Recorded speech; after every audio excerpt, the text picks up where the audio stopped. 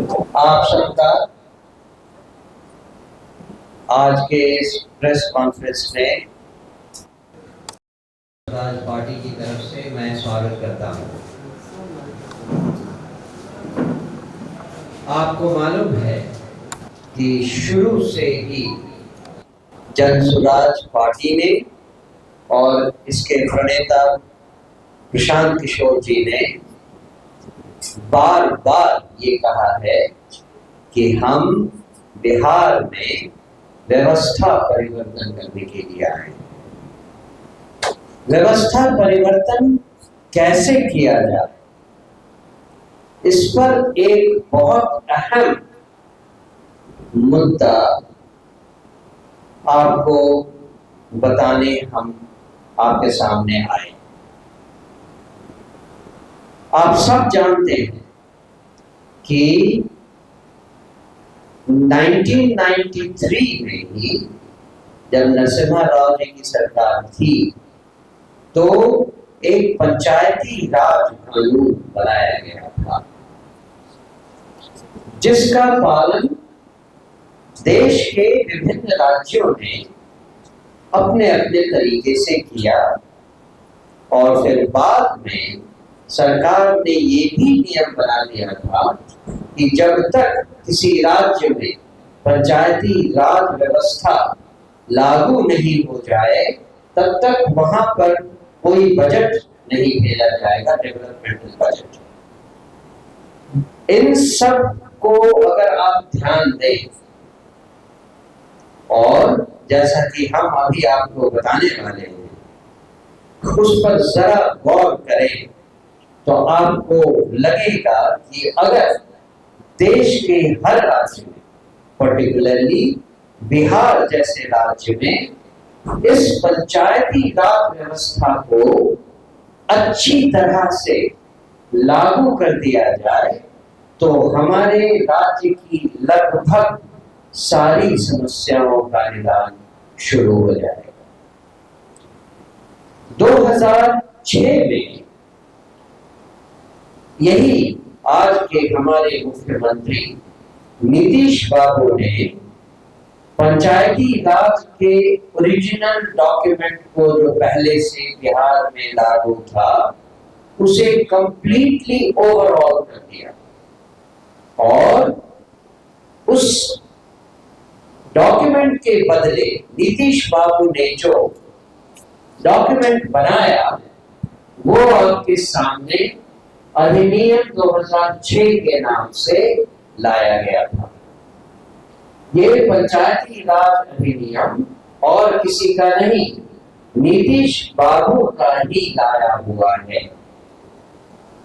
इस पंचायती राज अधिनियम में इतने अच्छे और सटीक प्रोविजन बनाए गए थे कि लगभग सारा प्रशासनिक अधिकार गांव के मुखिया के हाथ में था। लेकिन जैसे जैसे प्रशासन को समझ में आने लगा कि उनके पावर को बढ़ाया गया है और ग्राम पंचायत लेवल पर सारे अधिकार सीमित कर दिए गए हैं तो लोगों की मंशाएं बदलने लगी। Within 5 years, 5 साल के भीतर कुछ ऐसे बदलाव हुए जिससे कि पंचायती राज अधिनियम की धज्जियां उड़ गई और बिहार में कहीं भी पंचायती राज दिखाई नहीं देता है। मैं आपको एक छोटा सा एग्जाम्पल देता हूं। ये अधिनियम बार बार कहता है कि जनता का प्रतिनिधित्व उनके अपने शासन के लिए, उनको क्या जरूरत है इसके लिए, उनकी क्या ख्वाहिशें हैं इसके लिए, जो फोरम उनके लिए बनाया गया है वो न तो लोकसभा है न विधानसभा है, वो ग्राम सभा है।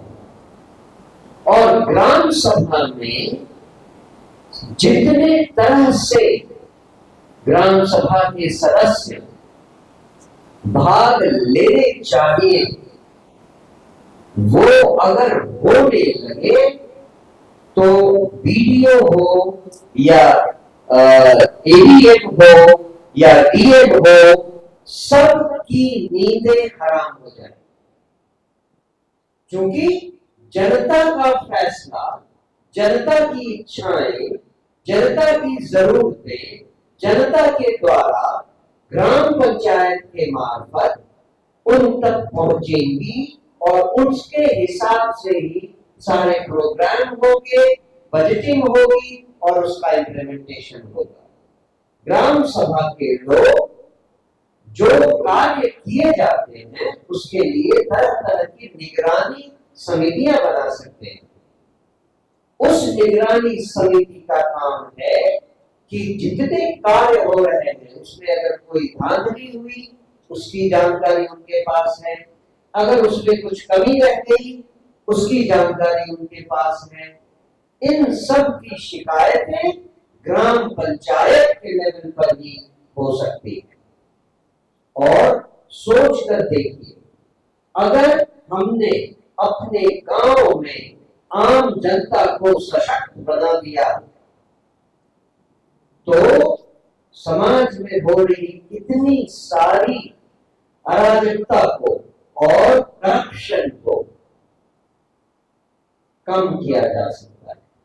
तो जब प्रशांत किशोर जी ने कहा कि हम बिहार में व्यवस्था परिवर्तन के लिए आए हैं तो उसका मतलब कई तरह से हम चेंजेस लाएंगे, लेकिन जो सबसे इंपॉर्टेंट पार्ट इस पूरी प्रशासन व्यवस्था का है उसको चेंज करना, उसको बदलना हमारे लिए प्रायोरिटी होगी।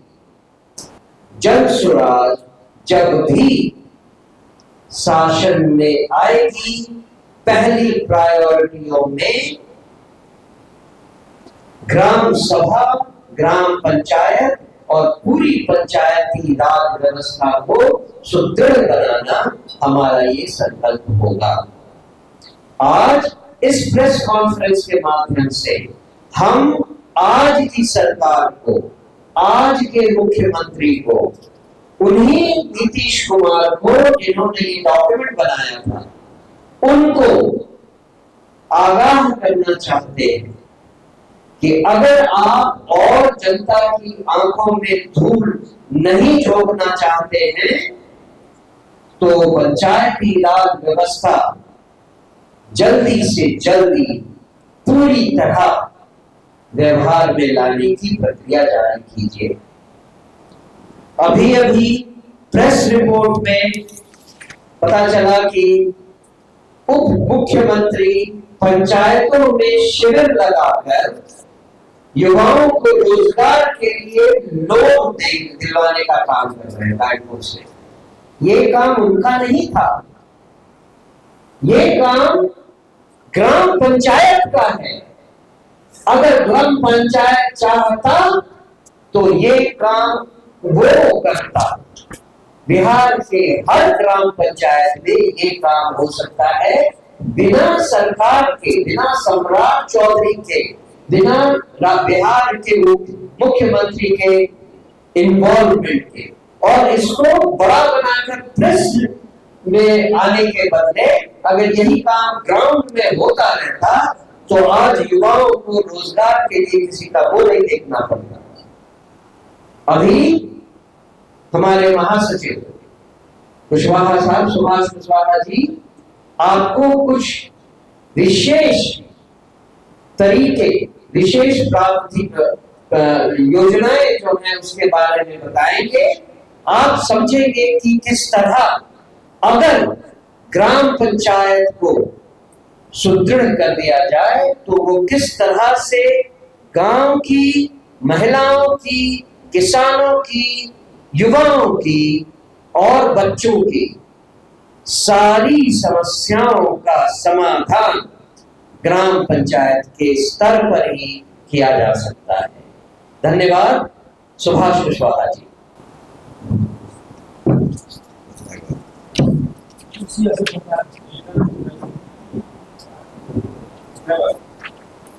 उसको नीचे करके कुर्सी को ऊपर करके हो जाए। चलिए, बहुत धन्यवाद। जैसा कि अध्यक्ष जी के द्वारा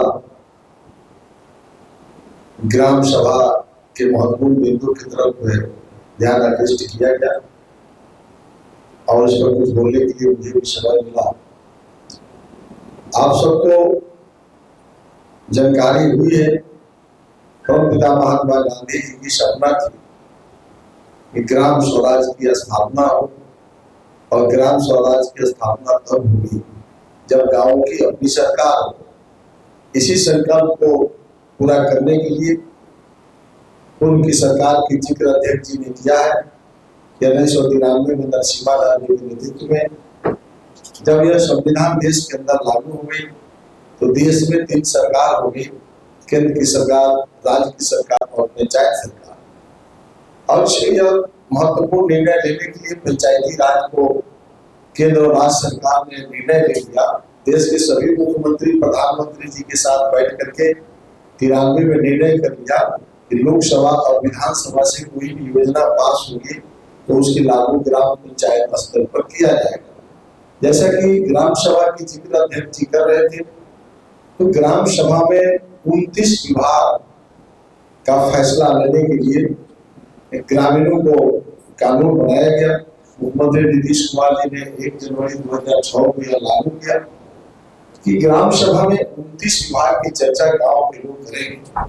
कोई भी समस्या हो तो ग्राम सभा में अपनी समस्या को वो उठा सकते हैं। जैसा कि ये हम लोग को उन्होंने जिक्र किया, धारा 22 बिहार पंचायत राज एक्ट में मुख्यमंत्री जी ने बनाया। इसमें 29 विभाग को काम दिया गया। बेरोजगारों को रोजगार चाहिए, किसानों की क्या समस्या है, राजस्व विभाग में क्या समस्या है, बिजली की क्या समस्या है, सिंचाई में क्या समस्या है, लघु सिंचाई में क्या समस्या है, यानी जो ग्रामीण व्यवस्था में 29 विभाग है तो दिया गया। यह सवाल जो है गांव के लोग जाकर ग्राम सभा में करेंगे। उसके बाद में जब सवाल आएगा तो उसके बाद में ग्राम पंचायत की बैठक होगी और ग्राम पंचायत में कंक्लूड किया जाएगा कि किस विषय में कौन सी सवाल आई है, और उस सवालों को कंक्लूड करके पंचायत समिति को अग्रसारित करनी थी। और उस ग्राम पंचायत की कार्यकारिणी में प्रावधान किया गया, आपको धारा 20 में आप इसको देखिए, इसकी फोटो कॉपी है कि ग्राम पंचायत कार्यकारिणी की जब बैठक हुई तब मुख्यमंत्री जी ने एक कानून बनाया, धारा 20 के धारा 4 कि 29 विभाग के पंचायत स्तर के जो पदाधिकारी होंगे वो मुखिया के नेतृत्व में बैठेंगे और वार्ड सदस्य बैठेंगे। और 29 विभाग, जैसे स्वास्थ्य विभाग में पंचायत में ANM, शिक्षा विभाग में सभी विद्यालय के प्रधानाध्यापक, कृषि विभाग में किसान सलाहकार, बिजली विभाग में जो जेई होते हैं, सिंचाई विभाग में जो जेई होते हैं, लघु सिंचाई के जेई होते हैं, मनरेगा के जेई होते हैं, यानी पंचायत स्तर पर जो 29 डिपार्टमेंट है बैठे। लेकिन ये मैं सवाल खड़ा करना चाहता हूँ ये NDA की सरकार के लोगों को और खास करके भारतीय जनता पार्टी के लोगों को कि भारतीय जनता पार्टी लंबे काल से पंचायती राज मंत्री का डिपार्टमेंट देख रही है। तो शिवराज चौधरी भी पंचायती राज मंत्री थे, आज वित्त मंत्री है और आज भी बीजेपी कोटे में वह मंत्रालय है। लेकिन ये जानबूझकर इसको लागू नहीं किया जाता है कि जब मुखिया के नेतृत्व में 29 विभाग बैठेगा तो भ्रष्टाचार तो पकड़ी जाएगी और वहां जो है वार्ड के सदस्य भी इस पर सवाल करेंगे।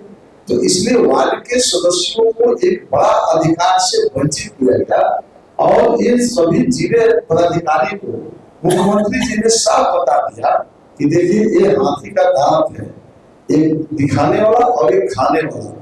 ये धारा 20 के 4 हाथी का दांत रखो दिखाने के लिए और खाने के लिए अलग, इसलिए डिपार्टमेंट को मत बुलाओ। तो कलेक्टर ने सभी वीडियो को कह दिया स्ट्रिक्टली कि वार्ड सदस्य और मुखिया को बैठने दो, इतना बताने की क्या जरूरत है। तो ये मेरा कहना था सरकार के लोगों से कि आप ये लागू अगर करना चाहते हैं, सचमुच में गांव की व्यवस्था बदलना चाहते हैं तो धारा 20 के 4 को लागू कर दीजिए। दूसरा, यदि उसमें किसी माननीय वार्ड सदस्य को कोई सवाल था, अगर कोई भ्रष्टाचार की बात थी, तो अस्थायी समिति है, 6 अस्थायी समिति है। आप सब जानते हैं बिहार विधानसभा में 20 अस्थायी समिति है। विधानसभा में कोई भी सवाल होता है तो हर विधायक किसी न किसी कमेटी का सदस्य होता है।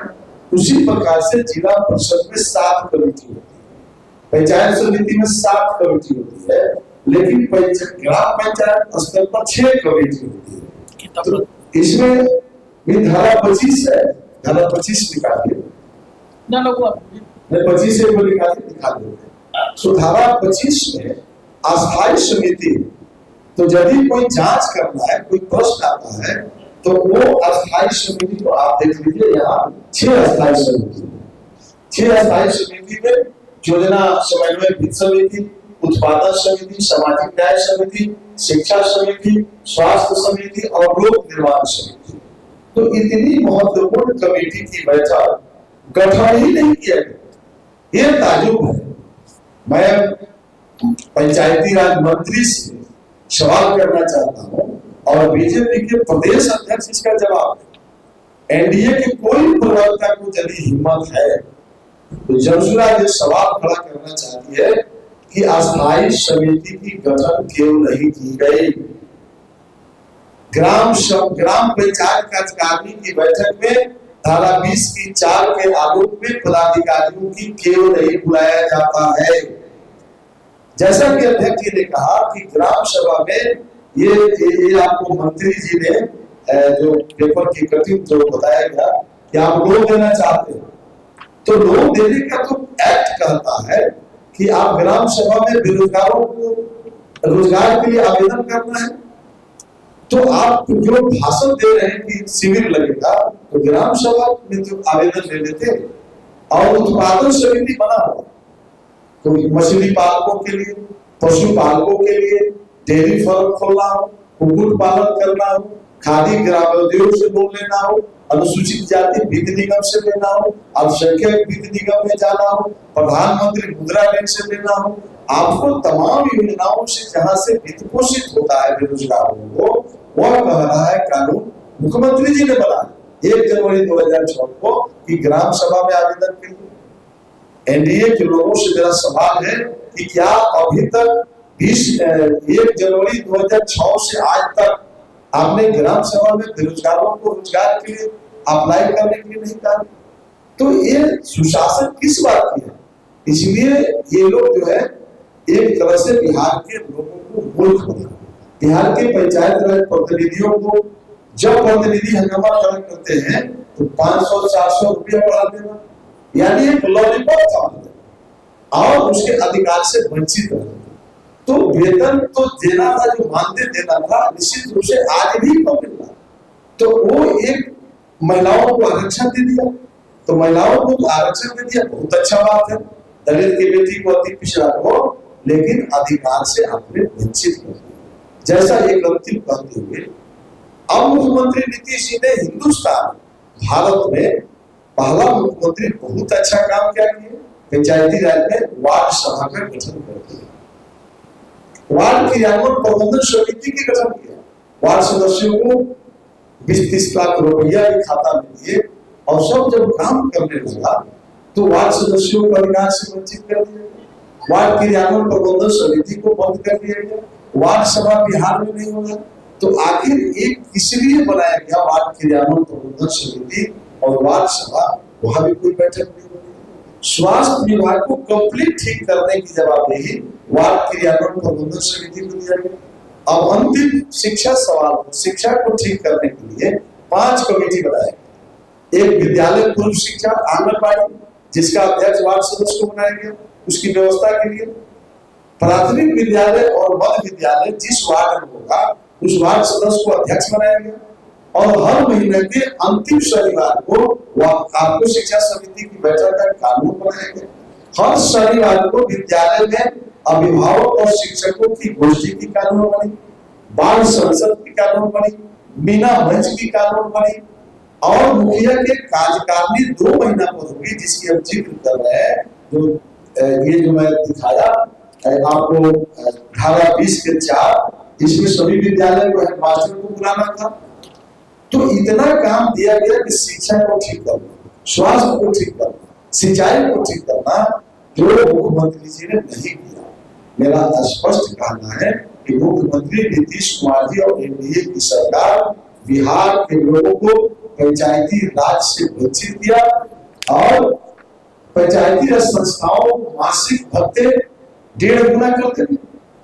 भैया ये तो आपने किया, बहुत अच्छा तो नहीं है। आप 5,000 7,000 रुपया मुखिया को दे करके बहुत कुछ करना नहीं चाहते, लेकिन जो अधिकार उचित में देना था उसे आपने बदला दिया।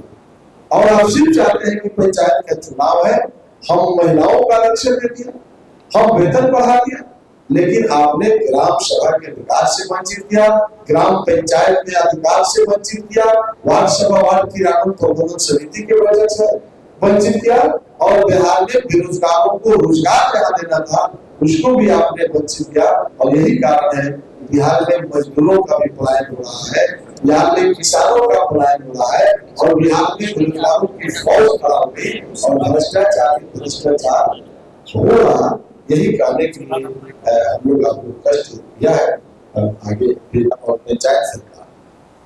और यह महत्वपूर्ण निर्णय लेने के लिए पंचायती राज को केंद्र और राज्य सरकार ने निर्णय ले लिया।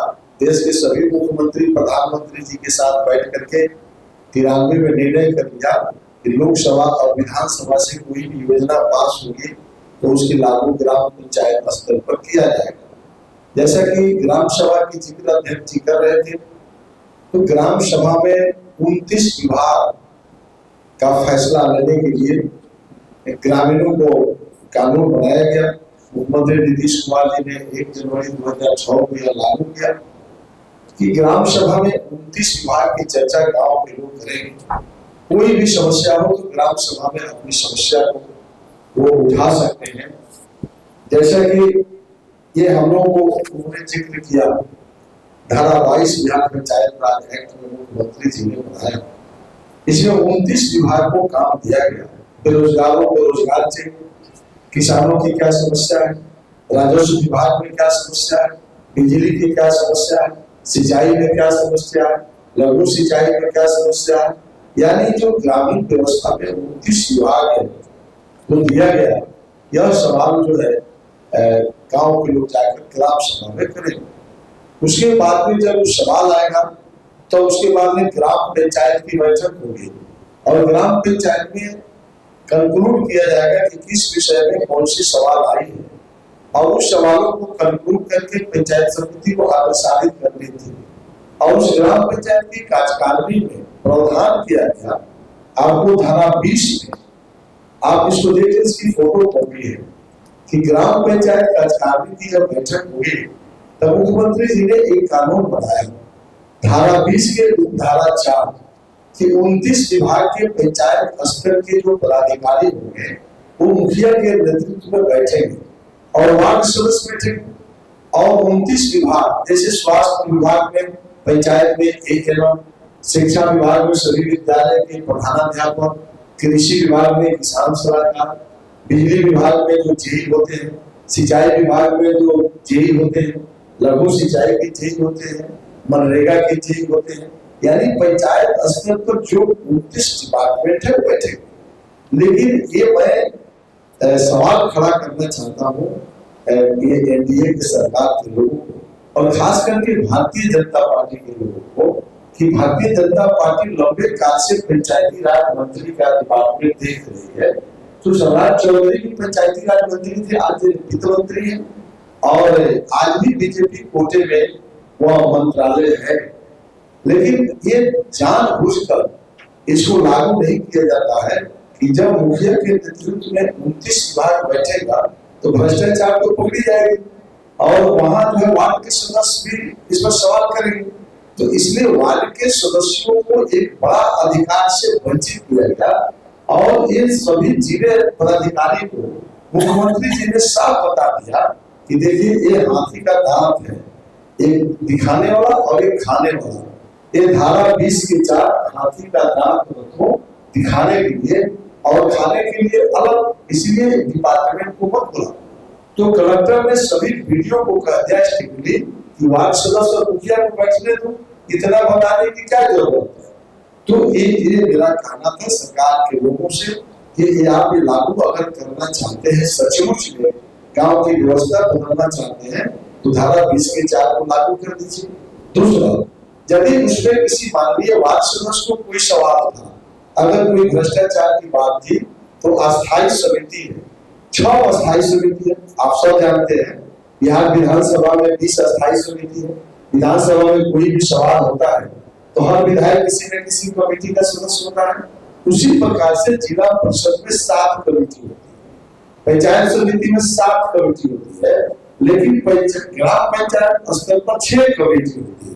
तो इसमें भी धारा 25 है, धारा 25 निकालिए ना लोग 25 से वो निकाल देते हैं। तो धारा 25 में अस्थायी समिति, तो यदि कोई जांच करना है, कोई प्रश्न आता है, तो वो अस्थायी समिति को आप देख लीजिए, यहाँ 6 अस्थायी समिति, 6 अस्थायी समिति में योजना समन्वय वित्त समिति, उत्पादन समिति, सामाजिक न्याय समिति, शिक्षा समिति, स्वास्थ्य समिति और लोक निर्माण समिति।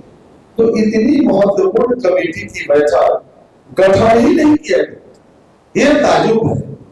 मैं पंचायती राज मंत्री से सवाल करना चाहता हूं और बीजेपी के प्रदेश अध्यक्ष इसका जवाब दें। एनडीए के कोई प्रवक्ता को यदि हिम्मत है तो जमशुरा ये सवाल खड़ा करना चाहती है कि अस्थायी समिति की गठन क्यों नहीं की गई। ग्राम पंचायत कार्यकारिणी की बैठक में धारा 20 की 4 के आलोक में पदाधिकारियों की क्यों नहीं बुलाया जाता है। जैसा कि अध्यक्ष जी ने कहा कि ग्राम सभा में ये आपको मंत्री जी ने जो पेपर की कटिंग जो बताया गया कि आप लोन देना चाहते हैं, तो लोन देने का तो एक्ट कहता है कि आप ग्राम सभा में बेरोजगारों को रोजगार के लिए आवेदन करना है। तो आप जो भाषण दे रहे हैं कि शिविर लगेगा, तो ग्राम सभा में तो आवेदन ले लेते। और उत्पादन समिति बना हुआ, तो मछली पालकों के लिए, पशु पालकों के लिए डेयरी फार्म खोलना हो, कुक्कुट पालन करना हो, खादी ग्रामोद्योग से लोन लेना हो, अनुसूचित जाति वित्त निगम से लेना हो, अल्पसंख्यक वित्त निगम में जाना हो, प्रधानमंत्री मुद्रा ऋण से लेना हो, आपको तमाम योजनाओं से जहां से वित्त पोषित होता है बेरोजगारों को, वह कह रहा है कानून मुख्यमंत्री जी ने बनाया 1 जनवरी 2006 को कि ग्राम सभा में आवेदन करिए। एनडीए के लोगों से मेरा सवाल है कि क्या अभी तक 1 जनवरी 2006 से आज तक आपने ग्राम सभा में बेरोजगारों को रोजगार के लिए अप्लाई करने के लिए नहीं कहा? तो ये सुशासन किस बात की है? इसलिए ये लोग जो है एक तरह से बिहार के लोगों को मूर्ख बना, बिहार के पंचायत राज प्रतिनिधियों को जब प्रतिनिधि हंगामा खड़ा करते हैं तो 500-400 रुपया बढ़ा देना, यानी एक लॉलीपॉप था और उसके अधिकार से वंचित रहना। तो वेतन तो देना था, जो मानदेय देना था, निश्चित रूप से आज भी तो मिल रहा। तो वो एक महिलाओं को आरक्षण दे दिया, तो महिलाओं को तो आरक्षण दे दिया, बहुत अच्छा बात है। दलित की बेटी को अति पिछड़ा हो, लेकिन अधिकार से आपने वंचित कर दिया। जैसा एक अंतिम कहते हुए अब मुख्यमंत्री नीतीश जी ने हिंदुस्तान भारत में पहला मुख्यमंत्री बहुत अच्छा काम क्या किए, पंचायती राज में वार्ड सभा का गठन कर दिया, वार्ड क्रियान्वयन प्रबंधन समिति के गठन किया, वार्ड सदस्यों को 20-30 लाख रुपया भी खाता में दिए, और सब जब काम करने लगा तो वार्ड सदस्यों को अधिकार से वंचित कर दिया गया, वार्ड क्रियान्वयन प्रबंधन समिति को बंद कर दिया गया, वार्ड सभा बिहार में नहीं होगा। तो आखिर एक इसलिए बनाया गया वार्ड क्रियान्वयन प्रबंधन समिति और वार्ड सभा, वहां भी कोई बैठक नहीं होगी। स्वास्थ्य विभाग को कंप्लीट ठीक करने की जवाबदेही वार्ड क्रियान्वयन प्रबंधन समिति को दिया गया। अब अंतिम शिक्षा सवाल, शिक्षा को ठीक करने के लिए 5 कमेटी बनाए, एक विद्यालय पूर्व शिक्षा आंगनबाड़ी जिसका अध्यक्ष वार्ड सदस्य को बनाया गया उसकी व्यवस्था के लिए, प्राथमिक विद्यालय और मध्य विद्यालय जिस वार्ड में होगा उस वार्ड सदस्य को अध्यक्ष बनाया गया, और हर महीने के अंतिम शनिवार को आपको शिक्षा समिति की बैठक का कानून बनाया गया। हर शनिवार को विद्यालय में अभिभावक और शिक्षकों की गोष्ठी की कानून बनी, बाल संसद की कानून बनी, मीना मंच की कानून बनी, और मुखिया के कार्यकारिणी 2 महीना पर होगी, जिसकी हम जिक्र कर रहे हैं। जो ये जो मैं दिखाया आपको धारा 20 के 4, इसमें सभी विद्यालय को हेडमास्टर को बुलाना था। तो इतना काम दिया गया कि शिक्षा को ठीक करना, स्वास्थ्य को ठीक करना, सिंचाई को ठीक करना, जो मुख्यमंत्री जी ने नहीं किया। मेरा स्पष्ट कहना है कि मुख्यमंत्री नीतीश कुमार जी और एनडीए की सरकार बिहार के लोगों को पंचायती राज से वंचित किया और पंचायती संस्थाओं मासिक भत्ते 1.5 गुना कर दिए। भैया ये तो आपने किया, बहुत अच्छा तो नहीं है।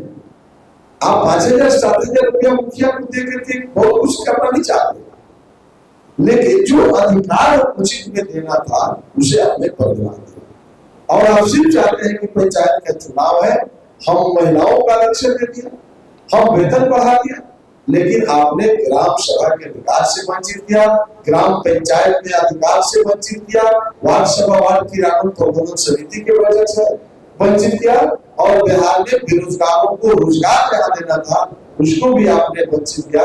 और यही कारण है बिहार में मजदूरों का भी पलायन हो रहा है, बिहार में किसानों का पलायन हो रहा है, और बिहार में बेरोजगारों की फौज खड़ा हो गई और भ्रष्टाचार हो रहा।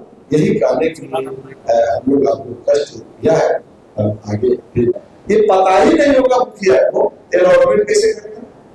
तो ये तो मुख्यमंत्री ने सिर्फ कानून बना दिया और कलेक्टर को कह दिया कि हाथी का दांत है, इसको लागू मत करो, खाना वाला काम करो, इस सबको मनरेगा में या योजना में फंसा दो और 29 विभाग को मत करो।